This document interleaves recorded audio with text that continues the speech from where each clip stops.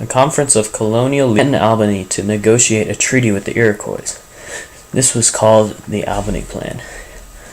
They created a plan to unify all of the colonies and to have a central government. This was one of the first times the colonies united together. The 7 Years' War was a global war, but many colonists called it the French and Indian War, which was fought by the French, Indians, English, and the colonists in the colonies. The Iroquois had allied themselves with the French. The French wanted to trade and live peacefully with them, where the English wanted to take their land. The French adjusted to the Iroquois, unlike the English. This caused them to ally with France. In this war, King George III became king after his grandfather, King George II, had died.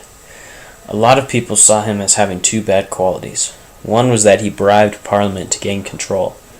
The second was that he had a mental disease where he became insane for certain periods of time. Many people thought he was too young, and that he wasn't mature enough to become king at this time.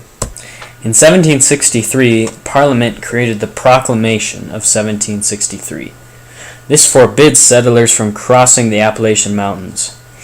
They did this to control the population from expanding west, and to keep peace with the native population.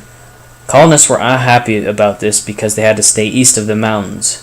However, it was very ineffective because the British authorities couldn't stop settlers from breaking this law. The Sugar Act was designed to eliminate illegal sugar trade between the colonies, France, and the West Indies. The Currency Act required colonies to stop issuing paper money. All the money that was already in circulation had to be retired as well.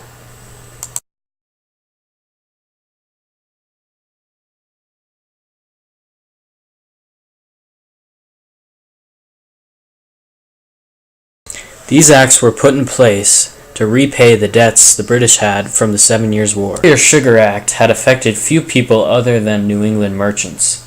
The Stamp Act, however, affected all Americans. People had to buy stamps for papers and legal documents. Colonists saw this act as a direct attempt by England to raise revenue in the colonies without the colonists' consent or representation.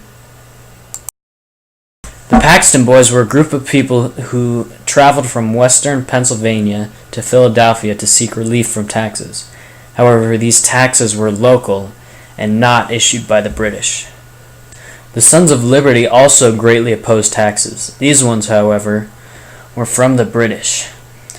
They terrorized stamp agents and burned stamps. The colonists were taking the law into their own hands finally. Riots broke out, and people attacked loyalist aristocrats. Charles Townshend was one of the newest leaders in Great Britain.